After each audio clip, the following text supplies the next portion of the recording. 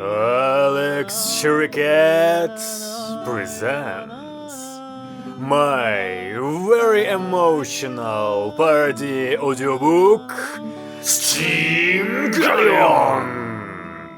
Roles played by Соня Иванов, Синдзи Икари, Marina Kalina, Misato Katsuragi, Rimaka Gage, Ritsuko Akagi, Commander Ivanov, Gendo Ikari, Raya Yanama, Rei Ayanami, Hanka Litvinenko, Asuka Langley, Ali Katzman, Aida Kensuke, Toya Suzuhara, Todzi Suzuhara, Roma Kazi, Ryuji Kazi. First season, 14th episode. After the release of the final radio broadcast under the Red Star, Vandergunker raged for a whole week. Each employee constantly expressed claims to another and in every possible way looked for reasons for quarrels. But when the brotherly feelings of the comrades in arms nevertheless prevailed, and even Konkalina again began to catch the right moment to draw the attention of Comrade Ivanov to her rear area. One day, Comrade Ivanov was having another telephone conference with the agents from Smolny. Comrade Ivanov. Third mysterious voice said suspiciously. So, you keep denying that in episode 12 you almost lost all 3 superconductors. Comrade Ivanov casually leaned his back against the wall of the telephone booth and gloomily replied, "Yes, sir, these are just rumors." Second mysterious voice also asked a question. Dear friend, remember the day when you were accepted as a pioneer? You swore to always tell the truth. Comrade Ivanov showed the middle finger to the handset and said, "This is true." Is it? Asked those mysterious voice. Comrade Ivanov, it was your Freudian slip, isn't it? So, it's true.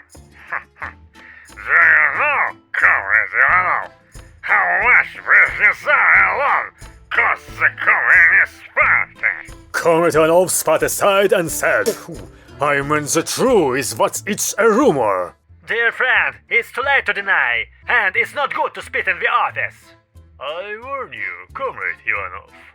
One more incident like this, and you'll be fired. Right under the Kremlin wall. I'm kidding. Now, let's discuss another question, comrades. Should we consider the penetration of the rat into our supercomputer an attack by a SIM? We definitely should. Vigorously confirmed second.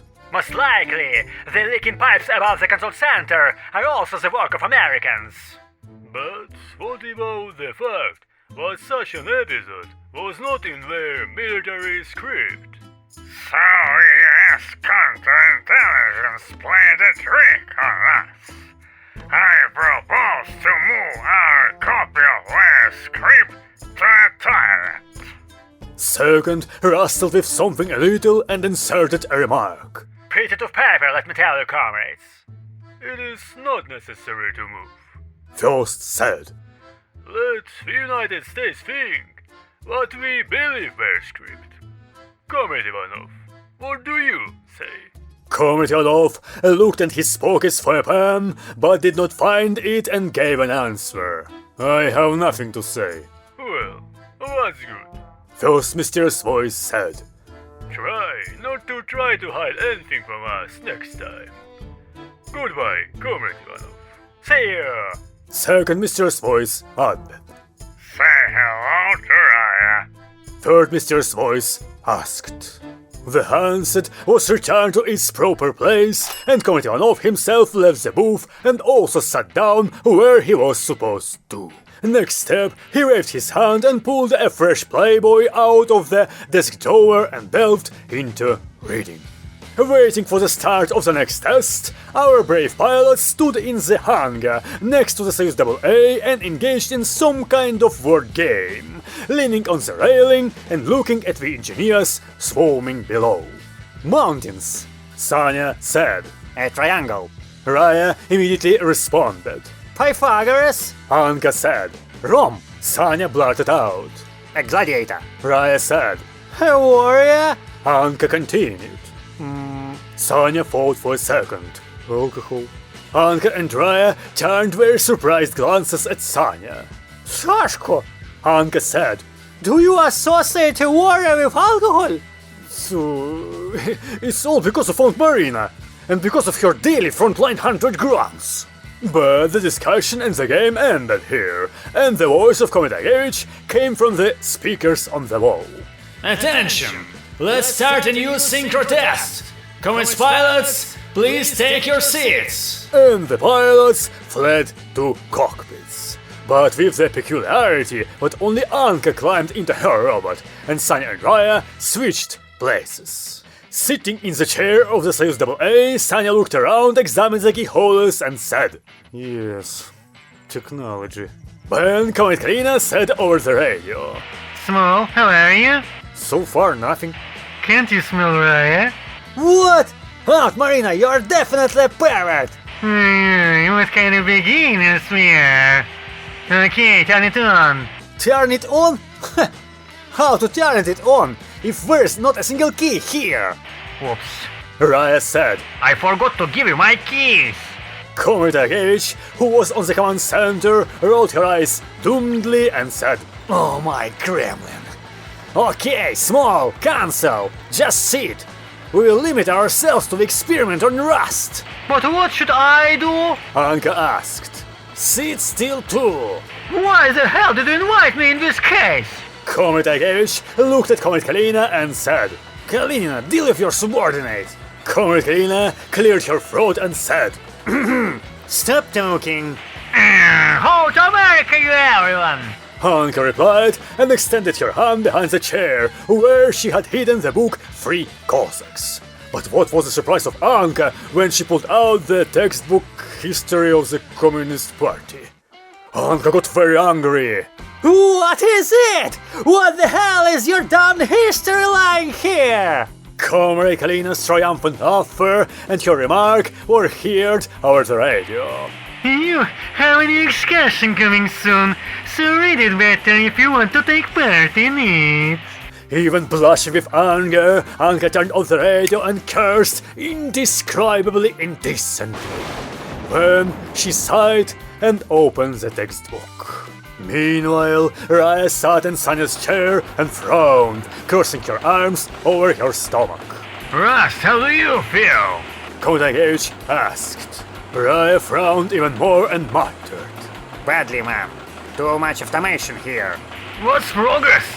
Someday your Soyuz will be upgraded. I hope this will happen after the communization of mankind. Well, Rust, don't be angry. The Communist Party tells you to be patient. I'm patient. While the kindling was going on, Comet Kalina decided to exchange a few words with Komitagievich. Rima, what? Listen, a friend of Romachan on Saturday invited us with him to the celebrations dedicated to her divorce. Do you want to come with us? She invited everyone. Divorce celebration? Recently they have become very rare, and therefore the cost of weddings does not think to decrease. So you're going?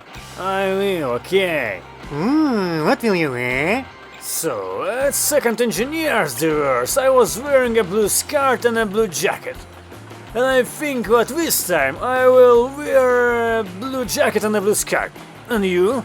And I think, on this occasion, it's not a sin to beg for a new dress uniform from the warehouseman. From the warehouseman? Well, good luck to you, my friend.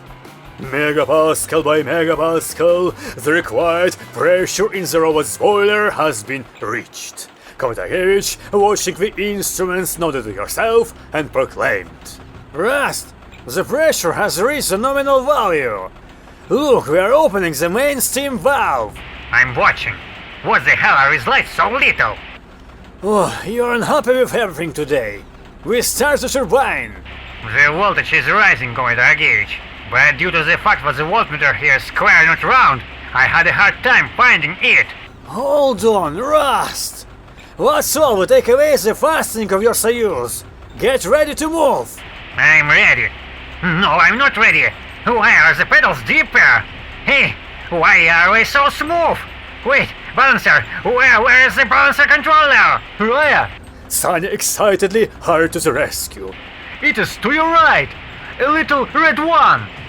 Where exactly to my right? Everything in your cockpit is red. The Soyuz AB stepped uncertainly and started waving its arms. Raya continued to get angry. What kind of stupid robot is that? Why are the hand controllers on each shorter? The radius of the first degree of freedom is too large. Where is the device showing the angle of inclination? Damn neat! How do I draw the knife here? Why do you need the knife? Kontagevich was horrified and grabbed her head. The Soyuz AB swung and slammed its fist on the wall, thus demonstrating Raya's displeasure. In the command center, the portrait of Iosif Vissarionovich Stalin fell off the nail from this vibration. Komitanov followed the flight path of the portrait and, as was usual in such cases, jumped up and gave a loud order. Stop the experiment! Save the Gunker! Stop your boiler! Komitagevich shouted, again rushing to the cherished button. 15 seconds later, we already completely reaching Soyuz AB. Calm down. Rest! Rest! Comet Kalina called anxiously. Raya! Sanya shouted. I'm alive, not dead. Raya replied. Why are you yelling? Glory to the Communist Party. Exhaled Comet Kalina and sat down on the floor. Then she turned her head to Komitagevich and said, Your damn experiments. I will petition for a ban on experiments on the pilots. Komitagevich spread her hands and answered. It is difficult to survive among people without staining yourself. What's enough? Komitanov said. Everybody is free. Engineers, Comet Kalina and Komitagevich began to get ready to leave. And then Komitanov looked sternly at Komitagevich and said to her, But I will ask you, Komitagevich, to stay. She swallowed hard and slowly placed the folder she had taken back on the table. Comrade Kalina patted Komitagevich on the shoulder and headed for the exit. After the room was empty, Komitanov looked out the door and closed it more tightly. When he returned to his desk, placed another chair in front of it and pulling out a box of dominoes from a drawer, asked, Shall we play, Komitagevich? Komitagevich instantly calmed down, as the domino symbolized not a scolding but a secret conversation. The dominoes were mixed and the game began. Looks like we have an information leak, Comrade Ivanov said and put the 1 stone. Serious? Komitagevich asked, adding 1/6 stone. I think so. The agents from Smolny somehow find out about the rat that nearly destroyed our supercomputers. Huh? Do you think we're the spies, sir? It's most likely. Do you suspect anyone, sir? No, I do not yet.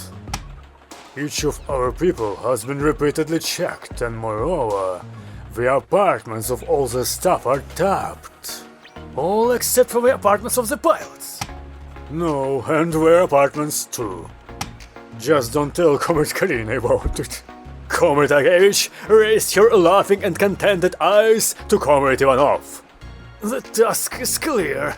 I will not say. Anything else, Comrade Commander? Yes. The agents from Smolny believe that the rat and the pipes leaking above us are American sabotage. But they claim that this was not in the plan of operations, a copy of which their intelligence officer managed to take. And of course they're suggesting that the plan is probably fake. And then Anka's voice came over the radio.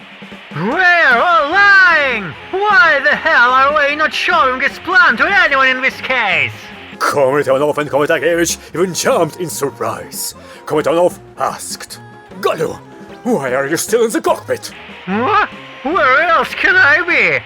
But I turned off the radio so that you wouldn't interfere with my reading. I missed something or what? Anka, when did you start listening to us? From the task is clear, but what? Comrade Ivanov breathed a sigh of relief and said, "When nothing. You are free."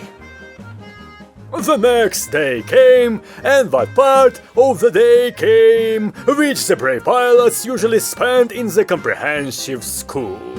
Jumping out of the classroom during the lesson to powder her nose, Anka slowly wandered around the empty school. She wondered if she could do something entertaining, as the hand-singing lesson made her want to appeal to the Kremlin to ban needles and thread. Passing by the teacher's room, Anka suddenly noticed that the door there was ajar.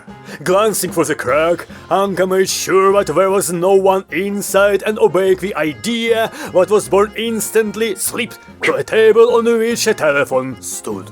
Picking up the receiver, Anka dialed the number of the KGB with fervent trepidation. Only 2 beeps, and a stern male voice said, KGB. KGB, Piston B. Anka giggled and quickly hung up.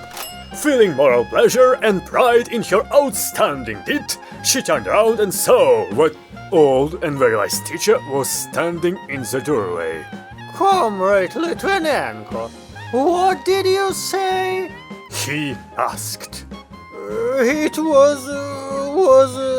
Anka hesitated, shifting her eyes. And then the phone rang. Anka froze as if rooted to the spot, and the teacher, carefully looking at her, went to the phone. Stretching out his hand to the receiver, he asked Anka. Well, Comrade Litvinenko, are you ready to answer? Anka closed her eyes and clasped her hands, squeaking. Please, sir, just don't betray me. I live and learn the history of the Communist Party. Huh.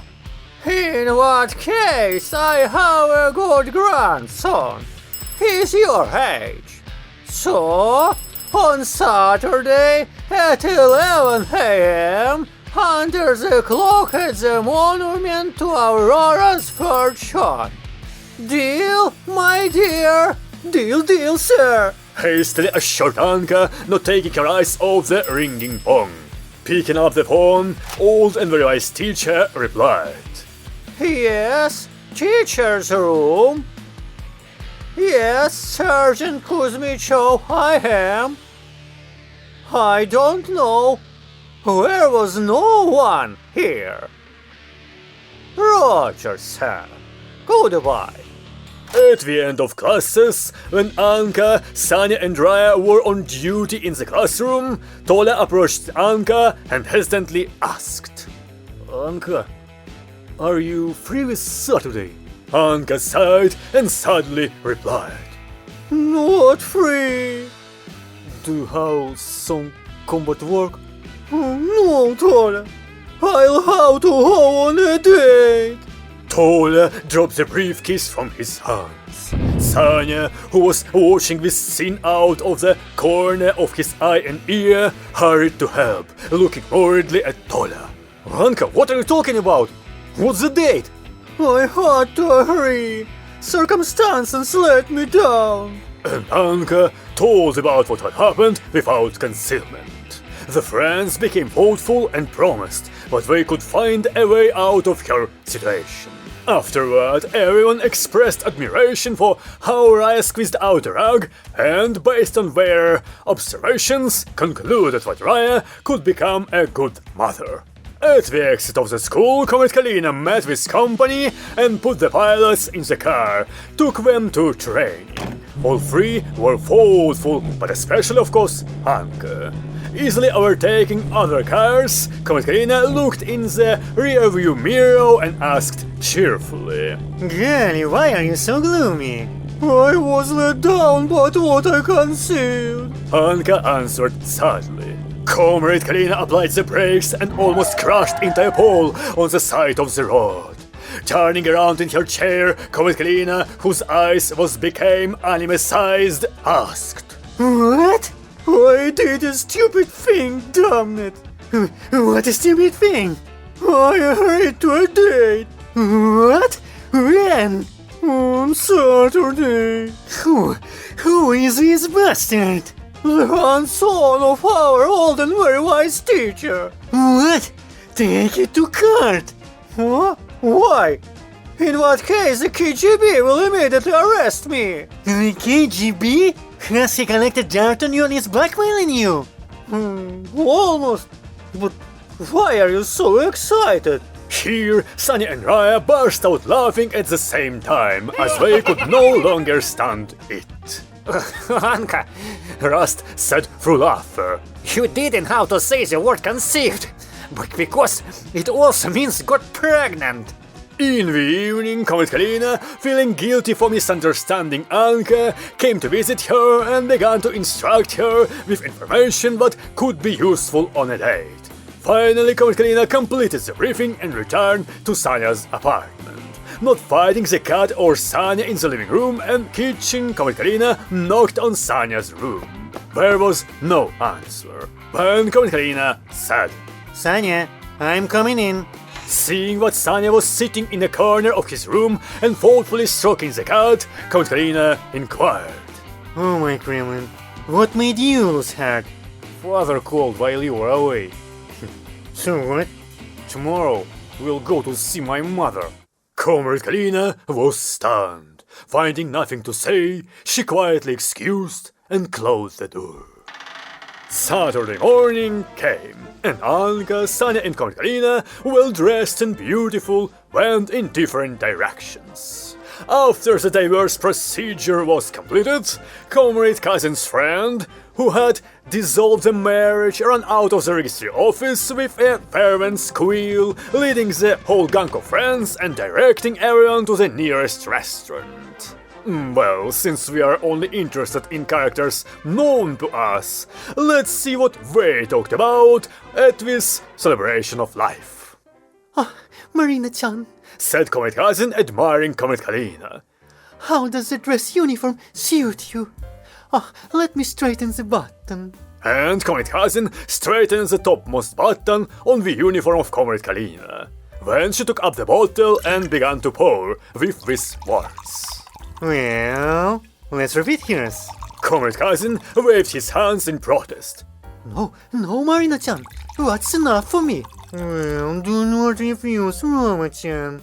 One more shot, my dear. Comet Kalina took Comet Cousin's glass and brought it to his mouth. Say, please.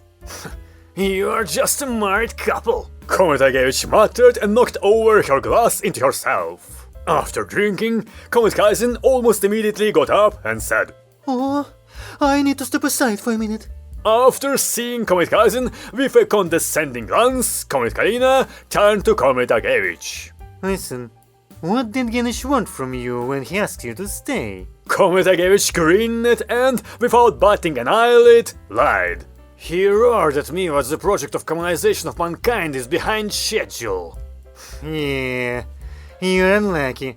You always get kicks ass from your superiors. Rima, doesn't it seem to you that Roma drinks too little? Maybe, on the contrary, someone here drinks too much? You're boring. When we went to school, everything seemed different. Yeah. Comet Kalina sighed dreamily and picked up the bottle again. One more. After the friends raised a toast to the old days, Comet Kalina carefully examined the face of Comet Agevich and suddenly suggested with a smile. Listen, Rima-chan, let's kiss. Comet Agevich turned smoothly to Comet Kalina and said skeptically. So, no more pouring for the senior lieutenant. What's wrong, Rima? Men kiss in every war movie. Why can't we? Or are you afraid? What? Why would I be afraid of dumb kisses? Ooh, in that case, come on. did you brush your teeth today? Fool, I brush it every day.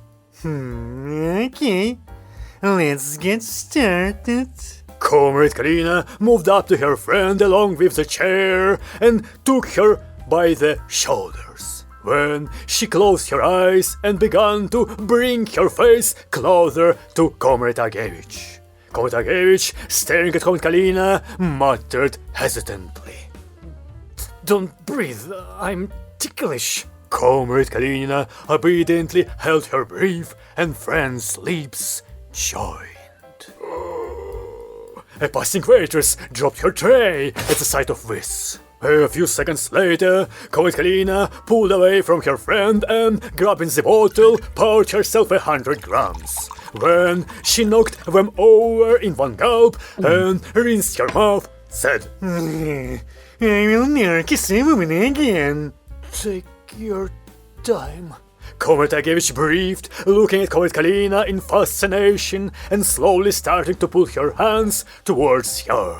Are you crazy or something? Inquired Comrade Karina, hastily moving away. Perhaps something else interesting could have happened here, but Comrade Cousin returned to the table. Comrade Karina immediately seated him between herself and Comrade Agevich. When I leave you. Comrade Agevich suddenly stood up. Comrade Karina just shrugged in response to this. Meanwhile, Sanya and Comrade Ivanov in business suits got off the subway and headed towards the Bolshoi Theatre. In the right hand of Comrade Ivanov there was a large bouquet of flowers. Daddy, Sanya said hesitantly. maybe we shouldn't have come after all. Be an officer, son. Comrade Ivanov replied. We can't do it today. And so, when they approached the majestic building of the theater, Sanya looked up at the window of the dressing room and saw an arrogant-looking lady there, who was arrogantly looking down. Mother! Sanya shouted with delight and waved his hand to the lady, who really was his mother. My dear! Comrade Ivanov exclaimed. But the lady at the window only made an even more arrogant face and drew the curtain. The flowers in Comrade Ivanov's hands withered instantly. Damn woman! Comrade Ivanov described the lady and threw the bouquet into an urn. I told you what we came in vain, reminded Sanya. They wandered in the opposite direction. Son, Comrade Ivanov called. Listen, do you have any of her photos? No, Dad. I've already spent all mine. It's a pity. Sometimes I really want to tear her photo again. Returning to his apartment, Sanya, out of chagrin, even forgot to lock the front door. Taking the guitar, he set the cat in front of him and began to sing. The end has come. The battle is over and all wounds can be bandaged. At 6 o'clock in the evening, Anka returned home. Clinking with her saber, she went to the door of her apartment and heard Sanya's singing coming from his apartment. To hear better, Anka leaned her ear against the door and the unlocked door opened. The creaking of door hinges alerted singing Sanya and he stopped. Anka applauded and entered. Anka? Sanya was surprised. How did you get in? You are not locked. Ah, I must have forgotten. Well, how was your date? I tortured Van Han's son so much that he ran away from me while we were standing in line at the shooting range. Yeah, you are cool. I am. Listen, Sashko, let's call Ryan and sing something to her. Wow, let's. It was almost midnight when Comrade Karina was walking along the deserted street, supporting Comrade Cousin, who was moving his legs with difficulty. Maria, he called. I changed a lot since high school. Almost no. And you too. And also, I always loved you. Comrade Kalina shuddered and loosened her grip, as a result of which Comrade Cousin collapsed on the asphalt. Slowly sitting down, Comrade Kalina lifted he, and with eyes sparkling with happiness, glorified. Is it true? I swear, by the age from Smiley. Roman-chan? Tears of happiness splashed from the eyes of Comrade Kalina. Do you really love such a mischievous girl like me? The girl who always teased you. The girl who wrote you stupid notes. The girl who tried to remove your shirt several times in front of Arion in gym class. Yes, well. Roma-chan, I beg you, say it again. Yes, well. No, I mean something else. Tell me about love. I always loved you, Maria. Glory to the Communist Party! Comrade Kalina shouted happily and merged with Comrade Cousin in a passionate kiss.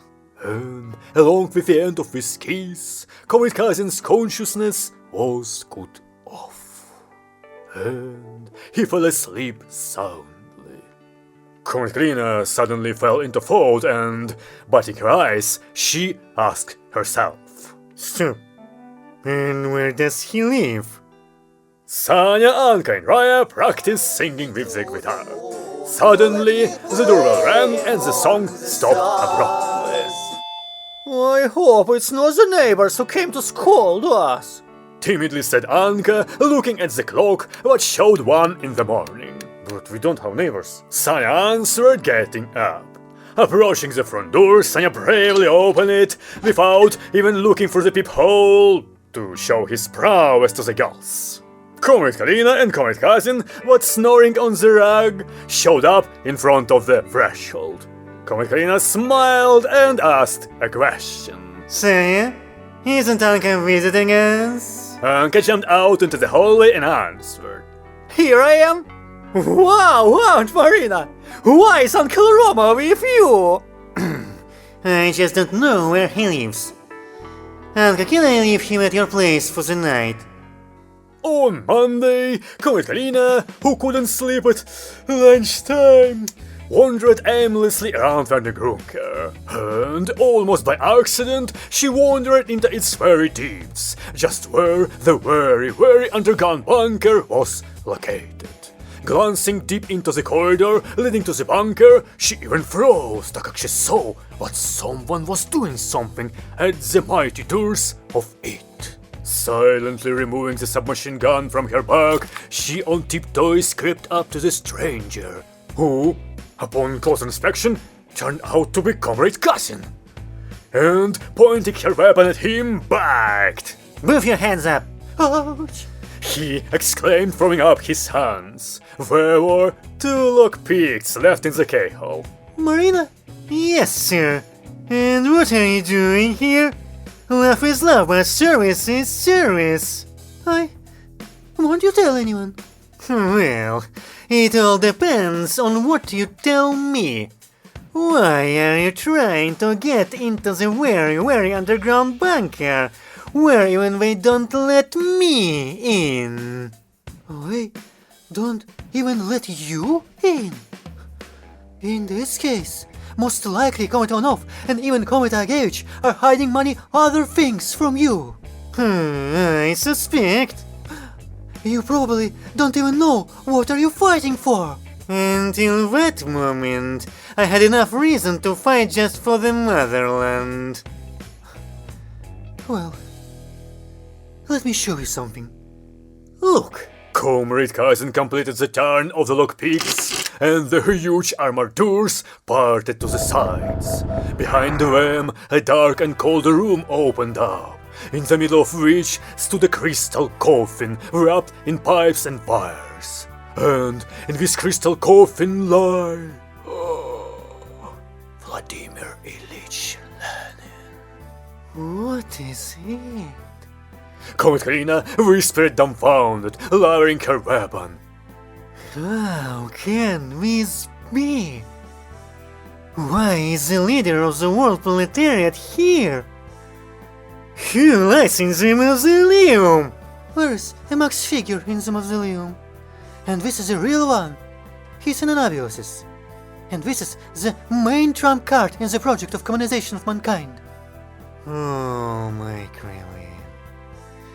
Yes, Roma-chan, you are right. I really know nothing about this damn star. To be continued.